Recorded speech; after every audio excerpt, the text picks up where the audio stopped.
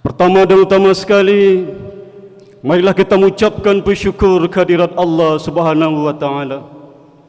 Allah, Sang Pencipta alam semesta raya yang tiada berbatas dan tiada bertepi. Allah yang menggenggam 200 miliar galaksi-galaksi. Allah yang menguasai triliunan bintang-bintang yang tersebar di alam semesta yang tiada berbatas dan tiada bertepi dan terhitung jumlahnya. Allah yang mengetahui setiap semut yang menjerit di tengah malam ketika mencari makanan. Allah yang mengetahui setiap lembar daun yang jatuh ke permukaan tanah. Allah yang mengetahui setiap tetes hujan yang jatuh ke permukaan bumi. Allah yang menggenggam ruh yang ada dalam setiap raga. Allah yang Maha mengetahui segala sesuatu tanpa kecuali.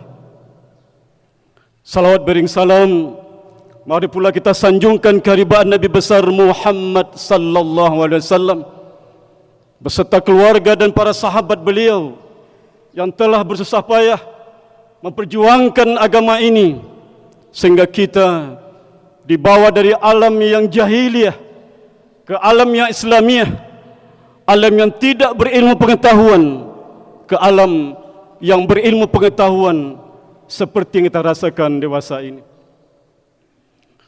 Bapak-bapak, ibu-ibu, hadirin hadirat sidang jemaah subuh rahimakumullah. Sungguh setiap detik kita bersyukur kepada Allah Subhanahu wa taala.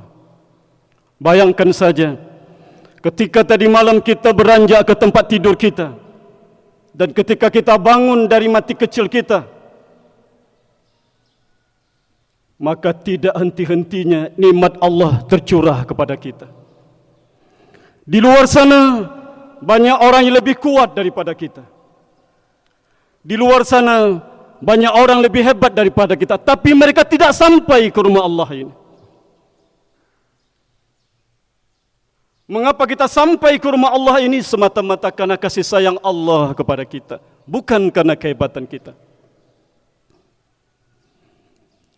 Setiap 24 jam Bapak Ibu hadirin hadirat yang berbahagia, kita menghirup 11.000 liter udara yang masuk ke dalam paru-paru kita ini, kemudian disebarkan ke seluruh tubuh.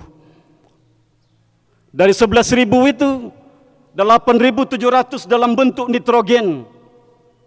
Andaikan dikalikan 1 liter nitrogen itu 10.000 rupiah dan Allah minta bayarannya kepada kita, maka kita harus membayar kepada Allah 87 juta satu hari satu malam untuk nitrogen saja. Sedangkan oksigen murni yang masuk ke dalam tubuh kita ini 2.200 liter. Harga 1 liter oksigen murni itu sekitar 25 rupiah. Andaikan kita membayar kepada Allah oksigen yang kita hirup ke dalam paru-paru kita ini, sungguh kita harus membayar kepada Allah 55 juta satu hari satu malam. Untuk oksigen dan nitrogen yang masuk ke dalam tubuh kita, paling tidak satu hari satu malam, kita harus membayar kepada Allah 142 juta rupiah. Bapak Ibu, di dalam tubuh saya ini, di dalam tubuh Bapak Ibu, Allah karuniakan 75 triliun sel di dalam tubuh Bapak Ibu. Dengan 75 triliun sel itulah maka kita ini masih hidup, masih bisa berjalan kemari. Andaikan Allah meminta 1 sel saja, 1 rupiah 1 sel saja, agar kita membayar pajaknya kepada Allah, maka sungguh kita harus membayar 75 triliun. 1 kali kehidupan saja Allah minta itu. Sanggupkah kita membayarnya? Tapi mengapa ketika Allah memanggil melalui muazzin dari masjid yang mulia ini, hayya 'alas salah, hayya 'alal falah, kita masih sibuk dengan mobil kita yang ada di sana. Kita masih sibuk melap mobil itu. Kita masih sibuk melap Honda kita. Kita masih sibuk bermain WA, berchat ria. Kita masih sibuk bermain Facebook. Kita masih sibuk duduk di warung kopi membicarakan hal-hal yang tidak berguna. Seolah-olah itulah yang membela kita ketika masuk ke alam kubur sana. Padahal satu-satunya membela kita ketika masuk ke alam kubur sana, ketika Allah memanggil masuk ke alam kubur sana, hanya tempat inilah, tempat ibadah inilah, ketika kita sujud kepada Allah, hanya itulah yang membela kita ketika masuk ke alam kubur sana. Tidak ada manusia yang paling sombong Bapak Ibu, kecuali manusia yang tidak mau sujud kepada Allah Subhanahu wa taala. Allah berfirman dalam surah An-Nahl ayat 18, A'udzu billahi minasyaitonir rajim. Bismillahirrahmanirrahim. Wa in ta'uddu ni'matallahi la tuhsuha. Innallaha laghafurur rahim. Andaikan engkau mencoba menghitung-hitung nikmat Allah, kata Allah, maka pasti engkau tidak sanggup untuk menghitungnya. Sesungguhnya Allah Maha Pengampun lagi Maha Penyayang. Tapi inilah manusia. Ketika manusia itu diberi ujian oleh Allah, maka mereka akan bersedih hati. Doa mereka akan panjang sekali. Mereka bersedih menghibah-hibah kepada Allah. Namun ketika Allah berikan nikmat kepada manusia itu, maka manusia pun lupa kepada Allah. Allah dijadikan kebutuhan tersier. Salat hanya dijadikan sebagai alat hanya untuk sekedar saja. Panggilan azan dilecehkan. Sehingga Allah berfirman dalam surat Ibrahim ayat 34, A'udzubillahi minasyaitonir rajim. Bismillahirrahmanirrahim. Wa in ta'uddu ni'matallahi la tuhsuha. Innal insana lazalumun kafar. Andaikan kalian mencoba menghitung-hitung nikmat Allah, kalian tidak sanggup untuk menentukan jumlahnya. Sesungguhnya manusia itu benar-benar zalim dan ingkar pada nikmat Allah Subhanahu wa taala. Kaum muslimin dan muslimat sidang jamaah subuh rahimakumullah, izinkanlah saya yang fakir ilmu pada hari ini untuk sekedar memberikan sharing sedikit pengetahuan yang saya punya kepada Bapak Ibu hadirin sekalian berbahagia. Dan mohon maaf jika apa yang saya sampaikan tadi mungkin sudah pernah Bapak Ibu temukan, maka anggaplah apa yang saya sampaikan ini sebagai kaji ulang. Semakin kita kaji, maka akan semakin lengket di pikiran kita. Izinkan dalam kesempatan ini saya menyampaikan tentang sains, teknologi, dan kebenaran Al-Quran. Bapak Ibu hadirin hadirat rahimakumullah,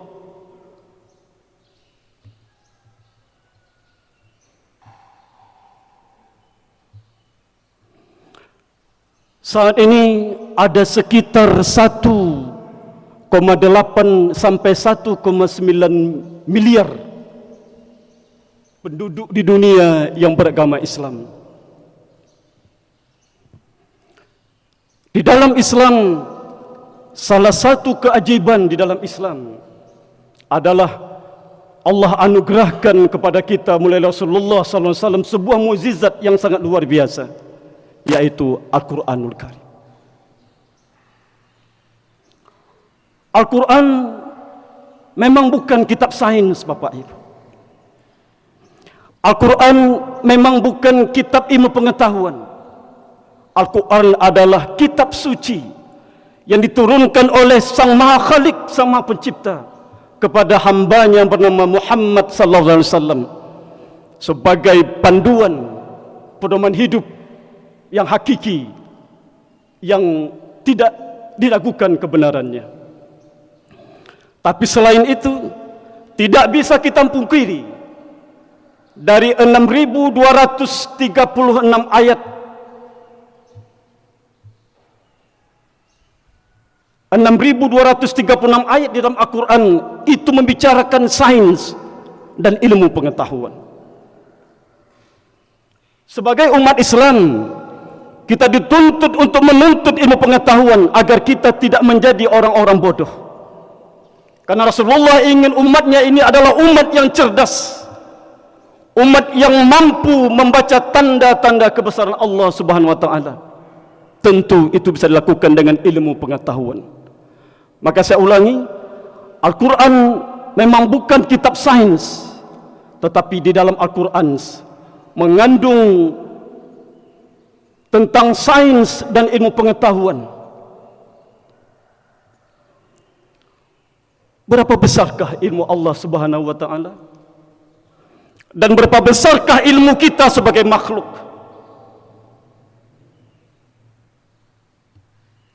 Allah Subhanahu wa taala berfirman di dalam surah Al-Luqman ayat 27. A'udzu billahi minasyaitonir rajim. Bismillahirrahmanirrahim. Yang artinya, dan seandainya pohon-pohon di bumi menjadi pena, dan seandainya pohon-pohon di bumi menjadi pena, dan lautan menjadi tinta, ditambah 7 lautan lagi setelah keringnya, maka sungguh itu tidak cukup menuliskan kalimat-kalimat Allah Subhanahu wa taala. 1 lautan ditambah 7 lautan lagi, maka itu tidak cukup Bapak Ibu menuliskan kalimat-kalimat Allah, ilmu Allah. Sementara seberapa besarkah ilmu manusia? Ilmu manusia sangat. Ketika bertemu Nabi Musa dan Nabi Khidir alaihissalam, maka ketika Nabi Musa naik ke sampan, maka kemudian Nabi Khidir berkata kepada Musa, "Wahai Musa, tahukah berapa ilmu manusia? Ilmu manusia itulah air laut yang lengket di kakimu, wahai Musa. Sementara ilmu Allah itulah seluruh samudra yang ada di dunia ini." Jika demikian, pantaskah kita sombong berjalan di atas permukaan bumi ini hanya karena gelar yang sangat panjang dan berderet-deret? Pantaskah kita sombong karena kekayaan kita yang mungkin berlimpah ruah? Pantaskah kita sombong karena gelar keturunan kita yang sangat-sangat hebat? Wala tamshi fil ardi maraha innaka lan takhriqal arda wa lan tabul jibala tula. Allah berfirman, janganlah kamu sekali-kali sombong di atas bumi ini berjalan dengan sombong di atas permukaan bumi ini, karena sekali-kali kamu tidak akan mampu menembus bumi, dan sekali-kali kamu tidak akan sampai menjulang setinggi gunung. Bapak Ibu hadirin hadirat rahimakumullah, dalam kesempatan ini mari kita lihat betapa orang-orang yang ada di luar Islam, betapa ilmuwan-ilmuwan yang ada di luar Islam yang bergelar profesor doktor akhirnya tunduk, tersungkur akibat hidayah yang diberikan oleh Allah melalui kebenaran Al-Quran. Yang pertama, kita mengenal Profesor Dr. William Brown. Beliau adalah seorang ilmuwan Amerika. Apa yang beliau temukan? Profesor William Brown menemukan bahwa di sekitar tempatnya banyak sekali tumbuh-tumbuhan. Pada satu hari, ketika Profesor William Brown berjalan-jalan di sekitar tumbuhan yang ada di tempat tinggalnya itu, dia mendengar ada suara yang berbisik-bisik, halus sekali. Maka kemudian William Brown penasaran dan mengumpulkan peneliti, grup penelitinya. Maka dipasanglah sebuah alat perekam yang sangat canggih di sekitar pohon-pohon yang ada di tempat itu. Maka ketika sudah dipasang, beberapa waktu kemudian diambillah alat perekam tadi itu, kemudian dihubungkan ke monitor yang sangat canggih. Apa yang diperoleh oleh Profesor William Brown? Mohon maaf Profesor Mahidin, tidak nampak tadi Profesor Mahidin ada di sana. Apa yang ditemukan oleh Profesor William Brown? Ketika alat itu dihubungkan ke monitor, maka nampaklah ada lafaz-lafaz Allah terekam di alat monitor itu. Maka menemukan kondisi ini, William Brown kemudian bingung, timnya kemudian bingung, tidak tahu apa ini. Maka kemudian dikirimlah hasil penelitian ini ke seluruh Amerika dan Eropa kepada kolega-koleganya. Tolong kalian cari jawaban apa dengan hasil penelitian kami ini. Maka kemudian Bapak Ibu, tidak ada satu pun di antara mereka yang mampu menjawab apa itu. Maka kemudian bertemulah Profesor William Brown dengan seorang ilmuwan India yang beragama Islam. Maka kemudian dia berikan Al-Quran kepada William Brown. Kemudian disuruh, sebenarnya Profesor William Brown, apa yang kau temukan ini sudah tertulis di kitab suci kami Al-Quran, yaitu dalam surat Al-Isra ayat 44. A'udzubillahi minasyaitonirrajim. Bismillahirrahmanirrahim. Tusabbihu lahu samawati sab'u wal ardi wa man fihin. Wa in min syai'in illa yusabbihu bihamdihi walakin la tafqahuna tasbihahum. Innahu haliman ghafur. Artinya, langit yang 7 dan bumi dan semua yang ada di dalamnya ini bertasbih kepada Allah Subhanahu wa taala. Dan tiada sesuatu pun melainkan bertasbih dengan memujinya, tetapi kalian tidak tahu apa tasbih mereka. Sesungguhnya Allah Maha Penyantun lagi Maha Pengampun. Hadirin hadirat rahimakumullah, ketahuilah oleh kita bahwa ketika bangun pagi, burung-burung yang sedang berkicau di sana itu bertasbih kepada Allah.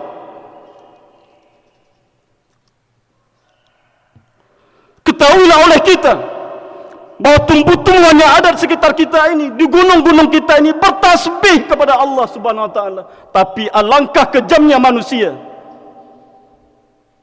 ketika burung-burung itu sedang berkicau bertasbih, dengan senapan angin dia tembak burung tadi itu jatuh tersungkur mati, padahal dia sedang bertasbih kepada Allah Subhanahu wa taala. Betapa kejamnya manusia hanya untuk rumah yang mewah, mobil yang megah. Mereka babat habis hutan-hutan yang ada di gunung sana. Maka kemudian Allah pun murka, mengirimkan banjir kepada kita. Sementara yang menebang itu, mereka ada di tempat yang tidak terkena banjir, hidup dalam kemewahan. Itulah manusia. Maka ketika mendengar ini, William Brown kemudian dalam suatu seminar mengatakan, selama 30 tahun aku menjadi seorang profesor, aku menjadi seorang ilmuwan, aku tidak menemukan hal yang seperti ini. Namun justru aku temukan ini di dalam kitab suci umat Islam, Al-Quranul Karim. Maka saksikanlah oleh kalian, aku hari ini, kata William Brown, menjadi seorang mu'allaf. Asyhadu an la ilaha illallah wa asyhadu anna Muhammadar Rasulullah. Profesor William Brown PhD tersungkur hidayah, mendapat hidayah dari Allah SWT karena surat Al-Isra ayat 44. Fabi ayyi ala'i rabbikuma tukadziban. Dalam surah Ar-Rahman, boleh Bapak Ibu buka, 31 kali Allah menyindir kita. 31 kali. Fabi ayyi ala'i rabbikuma tukadziban. Maka nikmat Tuhanmu manakah yang masih engkau dustakan?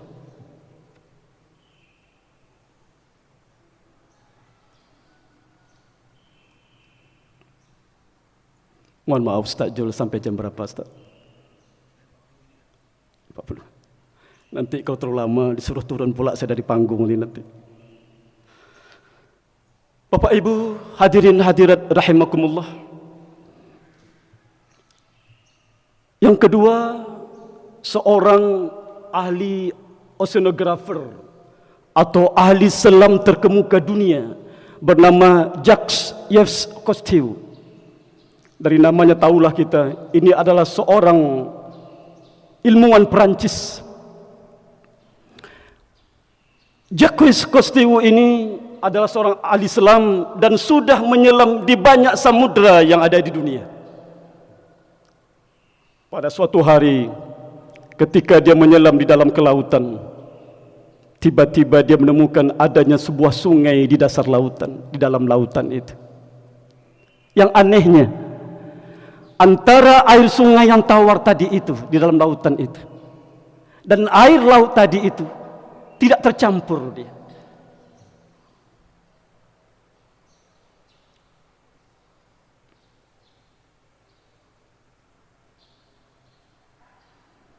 Menemukan ini, maka Cousteau berdiskusi dengan banyak orang.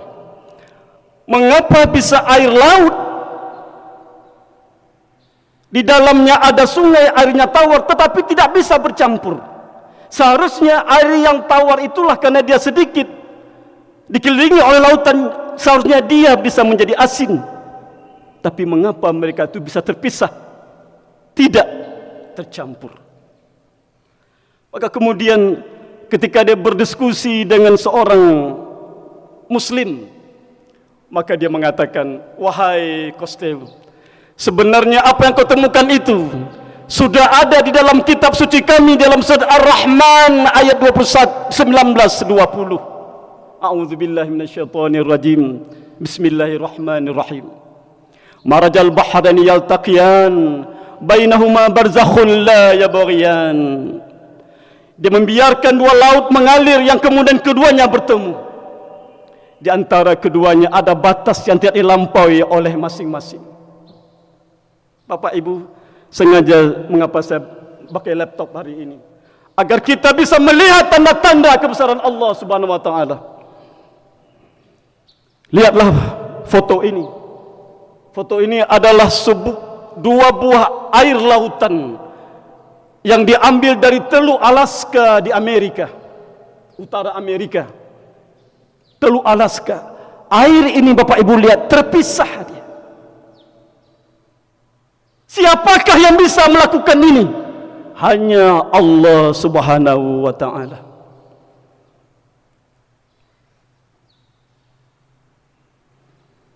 Maka ketika menemukan ini, ditambah lagi dengan surah Al-Furqan ayat 53, wa huwal ladzi marajal bahraini hadza 'adbun furatun wa hadza milhun ujaj wa ja'ala bainahuma barzakhan wa hijran mahjura. Dan dialah membiarkan dua laut mengalir berdampingan, yang ini tawar dan segar, dan lain sangat asin dan pahit, dan dijadikan di antara keduanya dinding dan batas yang tidak bisa ditembus satu sama lain. Fabi ai ala'i rabbikuma tukadziban.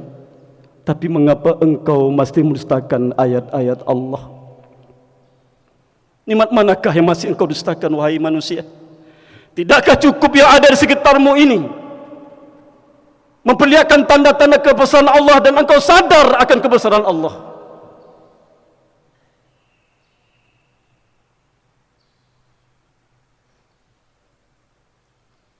Ketika kita melihat sesama semut bertemu, apa yang dilakukan ketika sesama semut bertemu? Mereka saling menyapa satu sama lain. Ketika burung-burung terbang di atas sana, mengepakkan sayapnya, siapakah yang menahan sayap itu agar tidak mati dia, sehingga burung-burung terus bisa terbang? Dialah Ar-Rahman, Allah Subhanahu wa taala. Ketika mendapati kenyataan ini, maka Jacques Cousteau juga mengucapkan dua kalimat syahadat. Asyhadu an la ilaha illallah wa asyhadu anna Muhammadar Rasulullah. Cousteau juga tersungkur mendapat hidayah dari Allah SWT karena surah Ar-Rahman ayat 19-20 dan Al-Furqan ayat 53. Allahu Akbar, Allahu Akbar. Bapak Ibu hadirin hadirat rahimakumullah, sekarang kita beralih kepada ilmuwan yang ketiga. Siapakah ilmuwan ketiga ini? Kalau dari namanya Prof. Mahidin pasti tahu, karena beliau alumni dari sana. Dia adalah Profesor Yoshinori Ohsumi. Beliau adalah ilmuwan Jepang yang karena penemuannya, maka pada bulan November tahun 2016, maka beliau ini mendapat hadiah Nobel akibat penemuannya. Apa yang ditemukan oleh Profesor Yoshinori Ohsumi? Profesor Yoshinori Ohsumi menemukan bahawa dampak atau manfaat dari seseorang berpuasa. Baru saja 2 minggu yang lalu kita meninggalkan, bulan Ramadan meninggalkan kita. Sebulan penuh kita berpuasa. Betapa banyak ilmuwan mengatakan bahawa banyak sekali manfaat puasa. Tapi ditemukan oleh profesor yang satu ini sungguh luar biasa. Karena kalau tidak luar biasa, tidak mungkin dia mendapatkan Nobel. Apa yang dia temukan? Profesor Yoshinori Ohsumi menemukan adanya teori autofagi. Apa itu autofagi?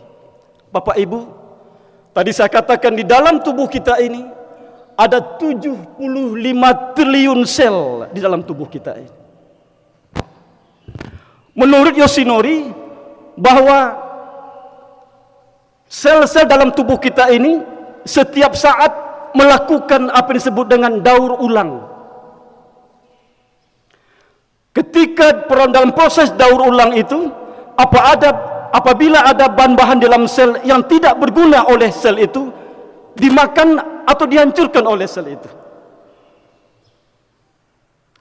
Ada satu sel menandai bahwa di dalam tubuhnya, di dalam dirinya ini tidak berguna, maka sel itu membunuh bahan tadi itu, menghancurkannya, kemudian mengeluarkannya.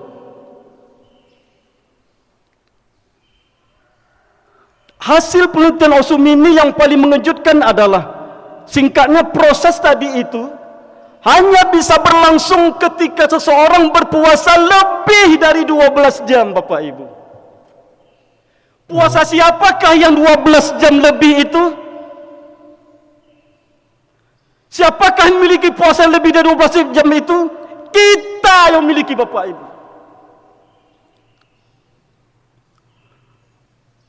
Puasa umat Islam adalah sekitar 12 sampai 13 jam lamanya. Kita yang punya itu. Dan yang anehnya, apabila proses ini tidak sampai 12 jam, dia berhenti seketika, Bapak Ibu. Misalnya, saya berpuasa sudah 11 jam, tiba-tiba saya minum air, atau saya makan satu buah roti, maka proses autofagi tadi itu berhenti dengan seketika, dan harus diulang dari awalnya.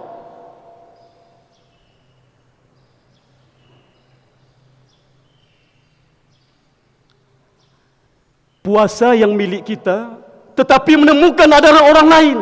Mengapa? Karena dia membaca Al-Quran itu, mempelajarinya. Tapi justru kita yang punya Al-Quran. Al-Quran saat ini hanya kita tempatkan di lemari-lemari mahal kita sebagai tanda kita bahwa kita seorang Muslim. Tapi tidak pernah kita baca Al-Quran kita itu.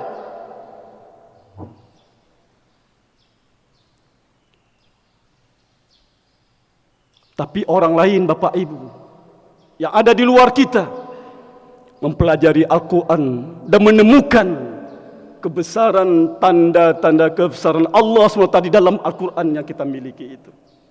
Tidak malukah kita?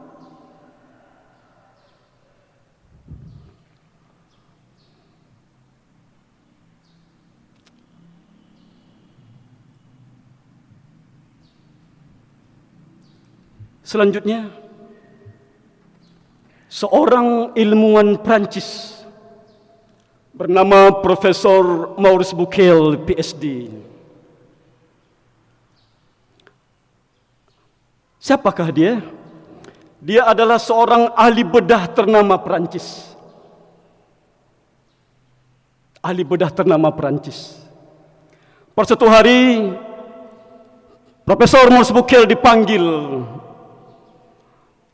Diberikan kepada dia sebuah proposal penelitian yang sangat-sangat luar biasa. Apa itu? Profesor Dr. Maurice Bucaille diberi kesempatan untuk meneliti jasad manusia yang paling sombong di atas dunia ini. Siapa itu? Fir'aun. Maka kemudian dengan tim penelitinya, diambillah pada tubuh manusia sombong ini, pada jasad yang masih tersisa, ada masih daging-daging tersisa, diambil oleh Maurice Bucaille. Maka kemudian dibawalah ke laboratorium untuk teliti ada apa gerangan di dalam tubuh mumi Fir'aun ini. Maka ketika hasil penelitian diperoleh melalui pemeriksaan laboratorium, diteliti, dihasilkanlah, diperolehlah hasil penelitian yang mengejutkan bahwa ternyata dari sampel-sampel yang diperiksa tadi itu terdapat kadar garam yang sangat tinggi sekali. Saya ulangi, di dalam tubuh Firaun tadi yang diambil oleh Maurice Bucaille dan temannya, ditemukan kadar garam yang sangat tinggi sekali. Ada apa ini gerangan, wahai Bapak Ibu? Maurice Bucaille sama bingungnya dengan William Brown. Maka kemudian dia bertemu dengan seorang ilmuwan Muslim dan kemudian mengatakan, wahai Maurice Bucaille, apa yang kau temukan itu, Maurice Bucaille, sudah tertulis dalam kitab suci kami umat Islam dalam surat Yunus ayat 92.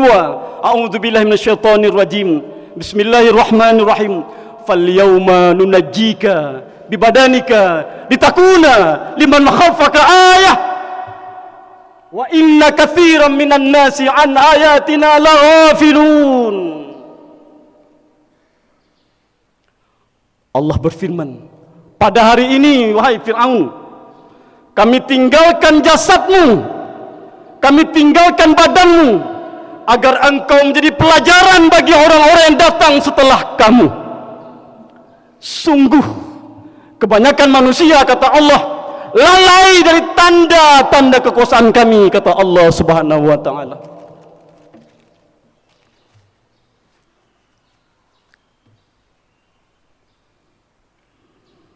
Al-Quran yang kita miliki, sekali lagi Bapak Ibu, ia adalah wahuda wa rahmah, petunjuk dan rahmat bagi orang-orang yang berbuat kebajikan. Pertanyaannya, berapa ayatkah bisa kita baca satu hari Al-Quran yang mulia itu?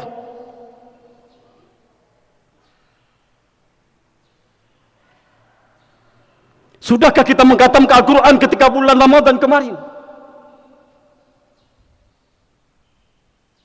Padahal di sana terdapat tanda-tanda kebesaran Allah Subhanahu wa ta'ala. Maka ketika mendapat informasi ini, maka Profesor Maurice Bucaille pun akhirnya mengucapkan 2 kalimat syahadat. Asyhadu an la ilaha illallah wa asyhadu anna Muhammadar Rasulullah. Wa inna katsiran minan nasi an ayatina laghafilun. Sungguh kebanyakan manusia lalai dari tanda-tanda kekuasaan Allah Subhanahu wa ta'ala.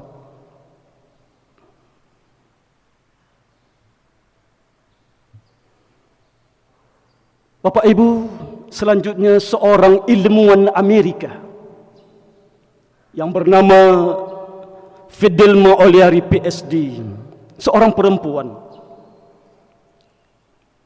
Apa yang ditemukan oleh ilmuwan ini? Dia adalah seorang ahli neurologi atau ahli syaraf. Ketika dia lihat seorang muslim salat di dalam sujud di dalam salatnya, maka dia pun menjadi penasaran, ada apa dengan sujud umat Islam ini? Maka kemudian seorang ilmuwan, karena dia seorang ilmuwan penasaran, maka ditelitilah apa yang dia peroleh. Fidelma O'Leary menemukan bahwa ada syaraf-syaraf di pusat otak di kepala kita ini yang tidak, urat-urat syaraf itu yang tidak teralir darah katanya. Tetapi justru teralir darah ketika seorang muslim sujud dalam salat 5 waktu kepada Allah Subhanahu wa ta'ala. Apabila sujud bukan di dalam salat, urat saraf itu tidak teralir darah. Dia hanya teralir darah ketika seorang muslim sujud di dalam salat 5 waktu sehari semalam.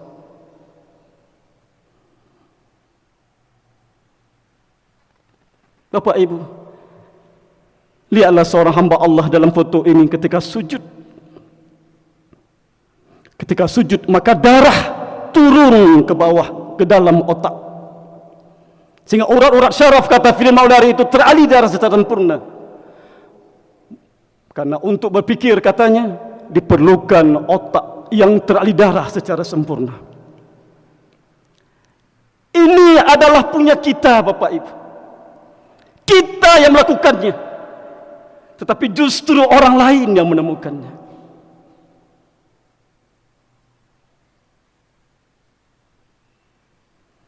Maka ketika menemukan kenyataan ini, maka Firman Maulari kemudian juga mengucapkan 2 kalimat syahadat.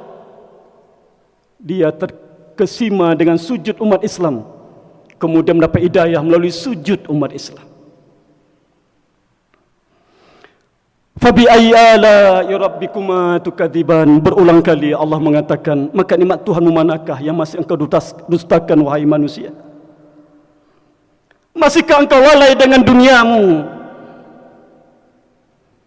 Masihkah engkau lalai dengan proposal penelitianmu ketika azan berkumandang? Engkau sibuk masih membuat proposal penelitian yang ada di laptopmu. Ketika azan berkumandang di rumah Allah ini, engkau masih sibuk di warung-warung kopi. Jika Allah yang memanggilmu, beribu alasan engkau katakan. Tapi apabila atasanmu yang memanggil dalam detik itu juga engkau akan datang. Lebih besar manakah atasanmu ataukah Allah Subhanahu wa ta'ala?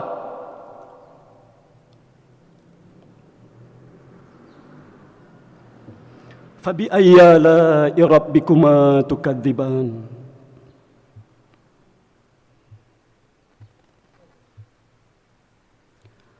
Penutup,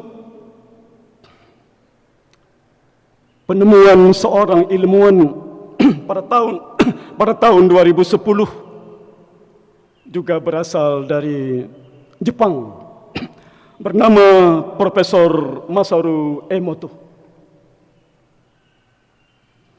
Apa yang ditemukan oleh ilmuwan Jepang ini? Masaru Emoto sangat penasaran dia dengan air, Bapak Ibu. Dia yakin bahwa air bukanlah benda mati. Dia yakin bahwa air adalah benda hidup yang bisa berkomunikasi dengan, yang bisa menerima informasi, yang bisa mendengarkan, yang kemudian bisa merasakan. Begitu dikatakan yang ada dalam diri Profesor Masaru Emoto. Maka kemudian Profesor Masaru Emoto meneliti berbagai macam air di dunia, Bapak Ibu. Kepada air-air tadi itu dibacakan berbagai macam-macam mantra dari berbagai doa-doa yang ada dari agama-agama yang ada di dunia ini. Dia bacakan kepada air itu doa-doa dalam agama Shinto, agamanya orang Jepang. Bacakan doa-doa dari agama lain sampai dibacakan dalam doa agama Islam. Diputarkan musik-musik keras, diputarkan musik-musik lembut. Dikatakan kepada air itu kalimat-kalimat yang lembut, kalimat-kalimat perdamaian. Diperoleh hasil penelitian bahwa oleh Profesor Masaru Emoto, ketika kepada air dibacakan kalimat-kalimat jahat, kalimat-kalimat yang menyakitkan, kalimat-kalimat makian, maka molekul-molekul air itu mengkerut ya Bapak Ibu.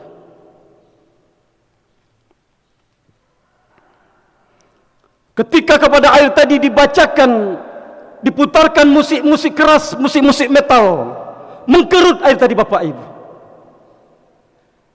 Tetapi begitu dibacakan kalimat-kalimat yang halus, kalimat-kalimat yang lembut, kata-kata yang lembut, maka molekul-molekul air menampakkan gambar yang indah Bapak Ibu. Dan yang paling menyentuh Profesor Masaru Emoto adalah bahwa ketika dibacakan kalimah-kalimah dalam Islam, doa-doa Islam, maka molekul-molekul air tadi itu menampakkan molekul-molekul yang sangat indah sekali. Dan ketika dia teliti air Zam-Zam Bapak Ibu, ketika dia teliti air Zam-Zam, dia ambil air Zam-Zam, diperiksa di bawah mikroskop yang begitu canggih, maka apa yang ditemukan? Dia berkesimpulan bahawa dari seluruh air yang ada di dunia ini yang diteliti, ternyata yang paling unik adalah molekul air Zam-Zam. Mendapati kenyataan ini Bapak Ibu, maka kemudian Profesor Masauri Emoto juga akhirnya mengucapkan 2 kalimat syahadat, asyhadu an la ilaha illallah wa asyhadu anna Muhammadar Rasulullah. Hadirin hadirat sidang jemaah subuh rahimakumullah. Begitu banyak ilmuwan-ilmuwan ternama di dunia ini sujud tersungkur ke hidayah Allah karena mempelajari Al-Quranul Karim.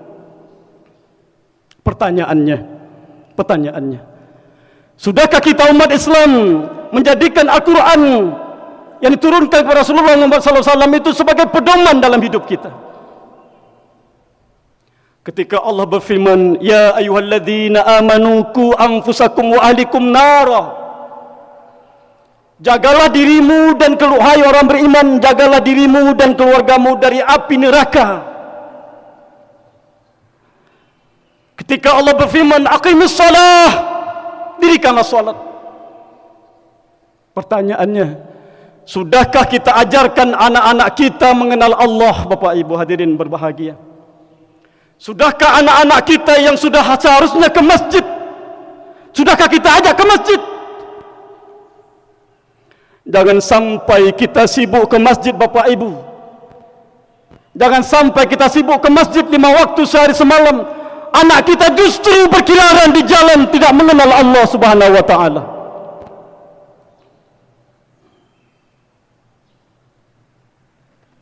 Sudahkah kita ajarkan kepada istri kita untuk menutup auratnya bila keluar dari rumah? Jangan sampai kita ahli masjid tetapi istri keluar dari rumah masih membuka auratnya. Ingat, setiap pemimpin akan diminta pertanggungjawabannya. Dan kita adalah pemimpin bagi keluarga kita, dan pasti akan Allah minta pertanggungjawaban kepada kita kelak.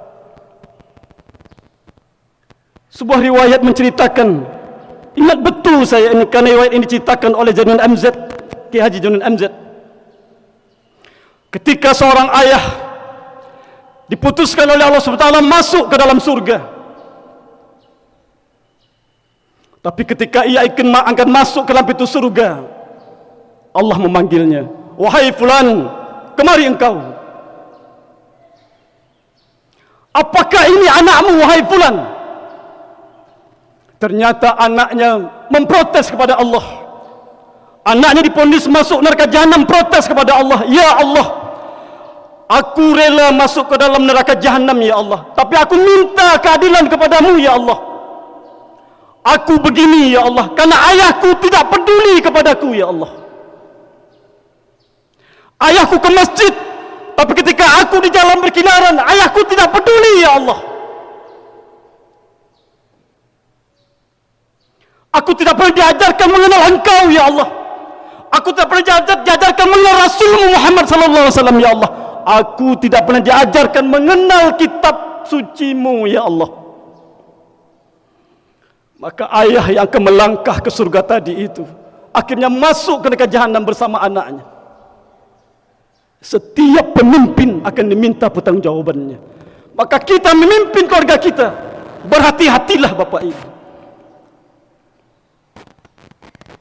Jangan sampai ketika mereka mau datang kepada kita, ketika azal sudah berada di kerongkongan, di sanalah penyesalan akan datang. Tapi tidak ada lagi penyesalan setelah itu. Mengapa? Menangis air mata pun tidak akan bisa terulang lagi. Maka Bapak Ibu, di akhir pertemuan kita pada hari ini, apa yang saya sampaikan ini sebenarnya adalah nasihat untuk saya sendiri. Apa yang saya sampaikan ini adalah nasihat untuk saya sendiri. Mudah-mudahan juga dapat menjadi nasihat bagi Bapak Ibu hadirin hadirat rahimakumullah. Mohon maaf atas segala kekurangan dan kehilafan saya. Karena sebagai hamba Allah yang daif, kita pasti tidak luput dari kesalahan. dan khilafan. Wassalamualaikum warahmatullahi wabarakatuh.